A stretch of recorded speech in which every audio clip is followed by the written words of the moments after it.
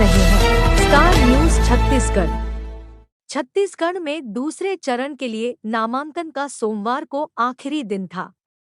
नामांकन के आखिरी दिन कई दिग्गजों ने नामांकन भरा। वहीं बसपा प्रभाव वाले जिले जांजगीर चांपा में जनता कांग्रेस छत्तीसगढ़ के उम्मीदवारों ने नामांकन भरकर विरोधियों को चुनौती दी। जांजगीर चांपा के तीनों विधानसभा क्षेत्र से जनता कांग्रेस के उम्मीदवारों ने नामांकन दाखिल किया। अकलतरा विधानसभा से अमित जोगी की ऋचा जोगी, पामगढ़ विधानसभा से गोरेलाल बर्मन और जांजगीर चांपा विधानसभा से रविंद्र द्विवेदी ने नामांकन दाखिल किया है। नामांकन के पहले जोगी कांग्रेस ने नगर में रैली निकालकर शक्ति प्रदर्शन किया। इस दौरान अकलतरा विधानसभा के दावेदारी कर रही ऋचा जोगी ने कहा कि अकलतरा की जनता 5 साल से मूलभूत सुविधाओं के अभाव से जूझ रही है। जनता से लगातार जुड़ाव बनाकर रखा है।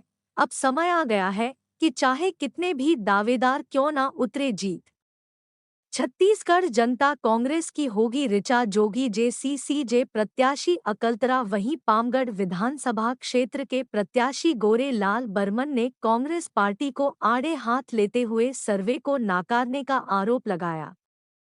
गोरेलाल बर्मन की माने तो कांग्रेस ने अपने पसंद के दावेदार को मैदान में उतारा है। स्टार न्यूज छत्तीसगढ़ के लिए अटल कश्यप की रिपोर्ट। मेरे साथ किया, मैंने उनको साथ किया, ये पूरा जनता जानती है। छत्तीसगढ़ 2008 में आदरणीय अजीत जोगी जी जब छत्तीसगढ़ राज्य बना, 2003 में मुझे कांग्रेस में लेके गए। 2008 में मुझे पहला मौका मिला पामगढ़ से चुनाव लड़ने का। मैं हारा, लेकिन पामगढ़ में अपना निवास बनाया, जनता का सेवा किया। 2013 में तो कांग्रेस ने मेरी टिकट काटी। इसी शेषराज हरवंश को 2013 में प्रत्याशी बनाया। मैंने कोई खिलाफ नहीं किया। मैंने हाईकमान का आदेश सिरोधार्य किया, उनका समर्थन किया, उनके लिए काम किया। लेकिन 2018 में जब मुझे प्रत्याशी बनाया, मात्र मैं 3061 वोट से हारा। और उसका कारण था जोगी जनता कांग्रेस और बहुजन समाज पार्टी का अलायंस के बाद भी मैं चुनाव नहीं हारता। किसी कांग्रेस के बड़े नेता के इशारे पे कांग्रेस के गद्दार लोगों ने संगठन के साथ गद्दारी किया, इसलिए महज मैं 3061 वोट से हारा। मेरा हक बनता है। मैं 5 साल पामगढ़ विधानसभा क्षेत्र के जन भावनाओं का सम्मान किया, सेवा किया, कांग्रेस पार्टी का सेवा किया। राहुल गांधी जी ने कहा था, पार्टी ने कहा था 5000 से कम वोट से हारने वाले लोगों को हम मौका देंगे।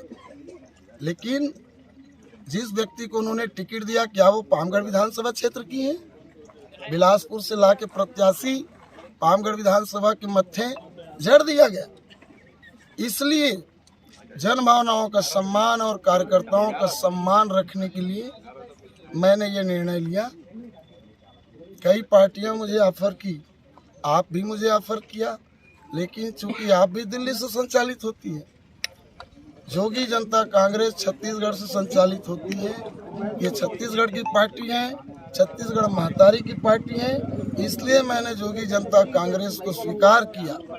और मुझे ये मालूम है पामगढ़ विधानसभा क्षेत्र से एक नया सवेरा होगा, नया आगाज होगा और हम छत्तीसगढ़ महतारी की सेवा करने में सफल होंगे। मुद्दे तो बहुत सारे हैं। जैसे सबसे बड़ा मुद्दा है वहाँ पॉल्यूशन, खराब रोड है, रोज दुर्घटना होती है, स्कूल नहीं है, कॉलेजेस नहीं है।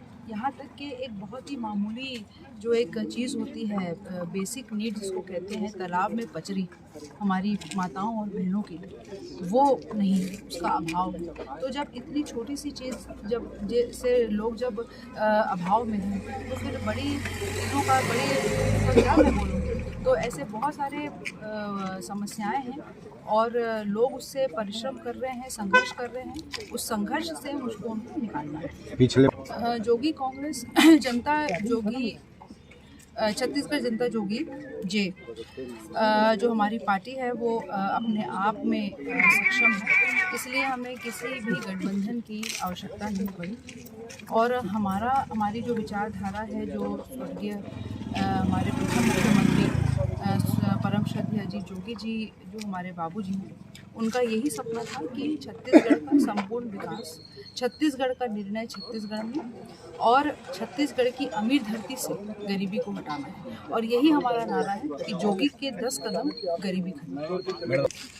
सबसे पहला तो मुद्दा है कि वहाँ के जो स्थानीय युवा हैं पढ़े लिखे, तो उन लोगों को स्थानीय उद्योगों में नौकरी नहीं मिलती, बाहरी लोग नौकरी करते हैं। आर्थिक स्थिति डेवलप मतलब स्टेब्लिश होगी, एनहेंस होगी, बढ़ेगी। मुद्दा ये है कि भाई आवास नहीं मिलती।